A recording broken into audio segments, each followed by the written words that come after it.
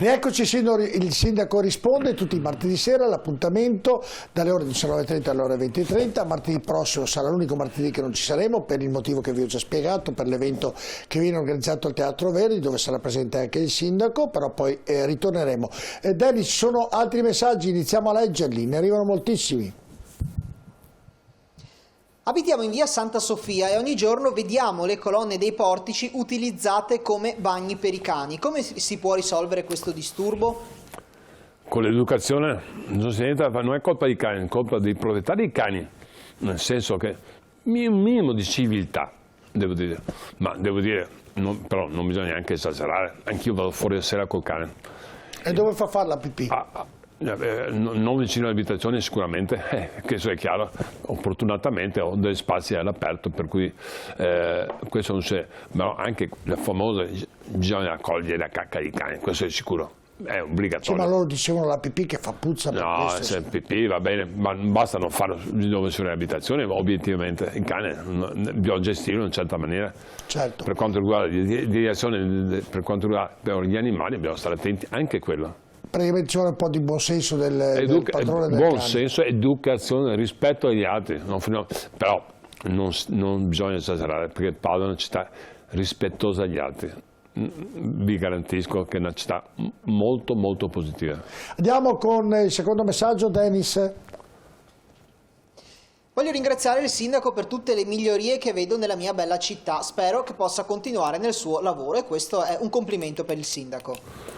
Ogni tanto ci arriva qualche cosa positiva, però grazie dei complimenti, badate che l'ho detto tante volte, io ho una squadra molto importante, uno staff importante di qualità, non solo, anche gli assessori di qualità, è una macchina che funziona in maniera totale, una persona non fa nulla, per cui assessori, dirigenti, staff, tutti quanti collaboriamo per far sì che la città sia molto bella. In questi giorni poi, devo dire, no bella, è bellissima, avete visto il video mapping, l'illuminazione, veramente scalda il cuore. Io giro e veramente mi sento molto bene. Per le chiese di Santa Giustina, di quella dell'Arcella. Bellissimo, bellissimo. Molto bellissimo. Gli eremitani, devo dire che devo fare i complimenti all'assessore Bressa, ha fatto un lavoro splendido, veramente bella molto la bello città. davvero. Andiamo al terzo messaggio.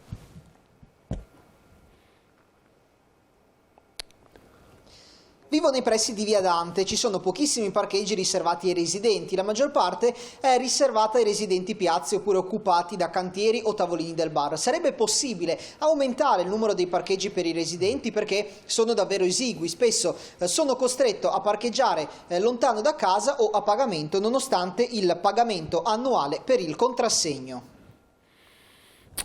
C'è già una previsione di parcheggi destinati ai residenti, sperando che ovviamente i residenti, no, i non residenti lasciano il posto.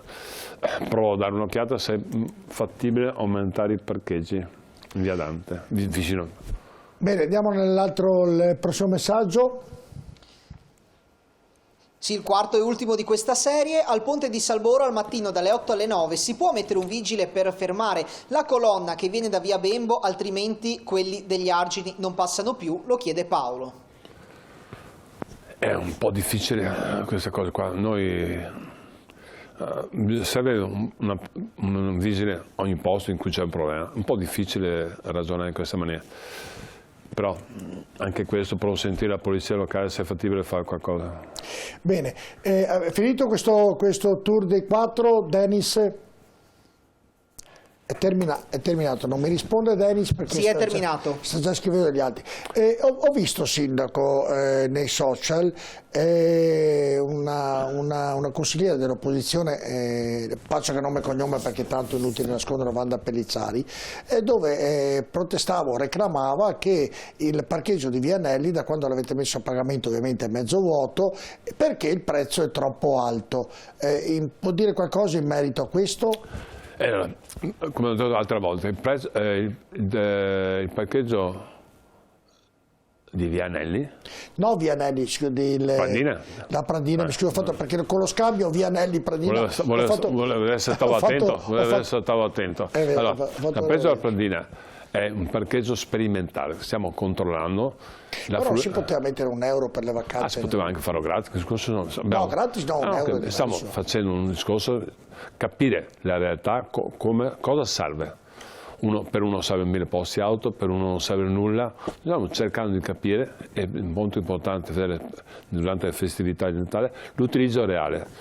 Dato che dobbiamo investire in quantità rilevanti sotto l'aspetto economico per sistemare tutto, ma capire quanto serve. Ovviamente verso Paolo Aosta è l'unico parcheggio che c'è, per cui se prima era preoccupato, adesso durante le feste è abbastanza occupato, ma capire veramente la richiesta che c'è. È in via sperimentale, può essere che il prezzo sia esagerato, può essere che sia troppo poco, stiamo capendo e cercando di vedere la soluzione, anche sotto l'aspetto del traffico. Faccio l'avvocato del diavolo e fare la stessa cosa partendo invece che da €1,40 con €1? Quando uno parte col prezzo basso non alza più. Mentre quando uno parte col prezzo giusto può abbassarlo. Lei da questo punto di vista commercialmente ma già ucciso commercialmente funziona così. Ma già ucciso, quindi no, va bene. Ma abbiamo sbagliato il prezzo, non sto dicendo, però è facile, da €1,40 passa €1,20, ma viceversa si fa un po' fatica. Ok, certo. Buongiorno, sono residente della zona di Via Libia, nel quartiere Sacra Famiglia, ed ho appreso che lei proporrebbe l'apertura dei paletti che hanno da sempre reso solo pedonale e ciclabile la parte terminale di Via Aosta, con il conseguente via libera per auto e furgoni. Mi sembra che sia una proposta da scartare per i seguenti motivi. 1. Più volte gli abitanti della zona in questione, me compreso, con petizione e raccolta firme, hanno reso noto all'amministrazione il loro dissenso all'apertura al traffico di Via Aosta, forse è voluta dai nuovi futuri proprietari dell'immobile in costruzione sempre in Via Aosta, da noi residenti contestato legalmente. 2. L'ultimo tratto di Via Aosta è l'unica strada che, in questa zona, permette agli abitanti di passeggiare in tranquillità e funge da naturale collegamento tra la Sacra Famiglia e quello che rimane del parco del Basso Isonzo. 3. L'incrocio che si andrebbe a creare sarebbe veramente pericoloso per l'incolumità dei residenti. 4. Se lo scopo è quello di mettere in sicurezza Via Libia, sarebbe sufficiente farla a senso unico in uscita in Via Sorio, con divieto di svolta a sinistra da Via Libia a Via Sorio, in attesa di un suo cortese riscontro. Cordiali saluti. Non c'è nessun progetto definitivo, stanno ragionando con la consulta di quartiere per trovare una soluzione. È vero che è pericolosa, è stato anche un incidente 2, per cui non è stato deciso nulla, nessuno vuole aprire, nessuno vuole fare nulla, stanno ragionando con la consulta di quartiere, con il quartiere stesso, in termini anche di sicurezza. Bene, con i messaggi, altri 4, rapidamente telefonate, non arrivano, però ho capito che i messaggi sono più liberi di scrivere e mi diceva Dennis e Elisabetta che ne arrivano moltissimi, andiamo con questi. Cosa si può fare per dissuadere quanti introducono le proprie immondizie nei cassonetti altrui o in quelli della zona industriale? Lo chiede Giovanna. Si è messo le mani sui capelli il sindaco a questo messaggio. Noi mettiamo telecamere, diamo sanzioni, stiamo attenti a tutto. Ma anche qua il nomadismo dei rifiuti è una cosa importantissima, ognuno deve... La città di tutti ci vuole un po' di rispetto, per cui il nomadismo dei rifiuti è una cosa che stiamo molto attenti, abbiamo sulle telecamere, sanzioniamo persone, ognuno deve rispondere di se stesso. Altro messaggio, Dennis. Oltre a Via Bravi, a Ponte di Brenta c'è un grande problema in Via San Marco, marciapiede e pista ciclabili usati come parcheggio, anche davanti al regolare passo carrabile. Spesso e volentieri per uscire di casa devo far spostare l'auto, è la considerazione di Anna Maria. Mi dispiace, anche qua siamo sempre al solito punto, rispetto per gli altri, educazione, faremo passare la polizia locale a Via San Marco ancora più spesso, ma non credo che sia... Dare sanzioni, dare multe, alla fine non frutta nessuno, nemmeno non è un problema economico, ma ovviamente per il comune. Noi cerchiamo di educare, di rendere rispetto verso gli altri. Andiamo con il terzo, credo quarto, non ricordo, Dennis. Sì, il terzo messaggio. Cosa ha intenzione di fare il comune per il problema dello spaccio che attanaglia il quartiere Arcella Santissima Trinità? Davis. Il problema dello spazio è un problema grosso, però devo dire che abbiamo migliorato moltissimo questa faccenda. Allora, ricordo che abbiamo 4 cani che rilevano droga e purtroppo ne troviamo. Avevano illuminato tutta la cella a LED, per cui anche illuminare vuol dire anche sicurezza. Stiamo facendo iniziative, anche specialmente d'estate, per far sì che la gente sia molto più attenta. Passa la polizia locale in continuazione, forza dell'ordine, carabinieri, e purtroppo ci sono i consumatori, questa è una cosa grave, e questi non cambiano. Addirittura durante il lockdown qualcuno ha imparato a portarla a casa, però devo dire che il fenomeno si sta riducendo, non ampliando. Quarto messaggio. A me è capitato quest'estate di accompagnare una ragazza al suo albergo dopo le 22 in zona Eremitani. Tra ubriachi e gruppi di stranieri senza dimora ho avuto la pelle d'oca. Un rimedio c'è? Nicola da Padova. Io ci abito là, non ho mai visto. Io esco in sera, mai visto. Adesso, mi dispiace, può essere successo una volta. Io esco ogni sera col cane, anche dopo le 22. E quindi non è mai capitato? A me non è mai capitato, forse sono fortunato io. No, certo. Ricordo ancora... Piazza Eremitani, ho capito bene? Sì, sì. Assolutamente. A me no, era Eremitani, Denis, mi sembra di sì, anzi sono sicuro di sì, non vorrei avere qualche lapsus, però sicuramente era Eremitani. Nell'ultimo messaggio, rimedio c'è, dunque vediamo un po' perché c'ho anche la vista ormai che... No, Eremitani passa, va fuori mia moglie, no, stiamo scherzando, assolutamente. Ma tutta Padova è una città sicura. Ma non ci rendiamo conto ogni tanto della qualità di vita che abbiamo, sotto l'aspetto della sicurezza, qualità di vita. Si va da tutta Padova in tranquillità, in sicurezza, la qualità di vita è molto alta.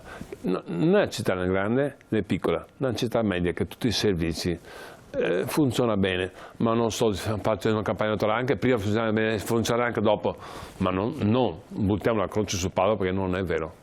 Bene, oggi in Giunta ha approvato il progetto definitivo che il collegamento tra il percorso ciclopedonale sull'argine dei canali Bacchiglione, Brentella e via Montecincio a Brusegana, 60.000 euro la durata dei lavori previsti di 240 giorni, a oggi la rete di piste ciclabili è di 176 km. Noi stiamo cercando di aumentare il più possibile, c'è veramente tantissime richieste di aumentare le piste ciclabili ed è un bene. È una cosa positiva perché vuol dire meno inquinamento, vuol dire anche godersi la città nel senso stretto del termine, non solo all'interno della città centro storico ma anche all'esterno. Noi stiamo dedicando veramente risorse importanti perché vuol dire anche dare una risposta ai cittadini che vogliono questo. Senta, 3 ritardi oltre dove ovviamente c'è quella dove non viene ancora i giardini, vicino ai giardini, mi sfugge il nome, mi aiuto, sono le palazzine. Piazzale Boschetti, oltre quel ritardo lì. No, mi dicono c'è un ritardo anche per la curva dello stadio Uganeo, come mai? Non lo so, anche perché tanto che non vado, purtroppo. C'è il ritardo, abbiamo trovato sotto i servizi, ho visto le foto, stiamo andando abbastanza bene, ovviamente d'inverno sarà qualche altro tipo di problema che non conosco, però penso che i tempi siano abbastanza rispettati da quello che so io. Adesso arriva la parte prefabbricato, per cui è anche più facile andare avanti con velocità. Chiaramente abbiamo avuto dei problemi con i sottoservizi all'inizio. E quindi questa ha fatto... Però io penso che insomma, a breve dopo dobbiamo omologare, dobbiamo fare tutte le operazioni, però sono molto fiducioso, l'assessore Bologna la sta seguendo con molta determinazione. Senta, io volevo fare questa tematica, non so Denis o Elisabetta se ci sono messaggi, però vorrei fare la tematica di questo Natale. La vedo preoccupata, come l'ha già detto anche durante la trasmissione, per via appunto Abbiamo 4 messaggi, Giorgio, se ecco, dici. non posso nemmeno fargli la domanda. 4 messaggi, andiamo con il primo i telespettatori. Andiamo Denis. Come mai dopo le 9 ci sono un mucchio di autobus che circolano a vuoto? Devono fare chilometri? Non devono fare chilometri. È un servizio previsto, di conseguenza mi stupisco anch'io ogni tanto vedere l'autobus vuoto, fa parte del servizio che bisogna dare ai cittadini. No, quello che rimane a piedi, nel senso non ha l'autobus, non gli frega niente che sia pieno l'autobus o vuoto, perché il servizio ed è giusto che ce l'abbia. Ovviamente costano queste cose. Cioè, a costo per a tutti quanti, certo. Con la nostra comunità. Ma scusi, prendo l'occasione di questo messaggio. Quando arrivano i bus elettrici nuovi? 7-8 mesi, c'è una fortissima richiesta ovviamente da tutte le città europee, di conseguenza c'è un ritardo nella consegna non solo di bus elettrici, materia di cambio, di qualsiasi cosa, perché l'economia è ripartita in particolar modo in Italia era grande, basta vedere il PIL e via dicendo senza andare nel tecnico, e c'è un grosso problema sotto l'aspetto dei cambi, i cavi elettrici, qualsiasi cosa. Di conseguenza da una parte siamo tutti contenti, tra virgolette, che l'economia è ripartita, dall'altra parte mancano pezzi di cambio. Per ordinare una macchina ci vogliono mesi oggi, perché mancano i microchip, è un continuo problema. Messaggio Denis.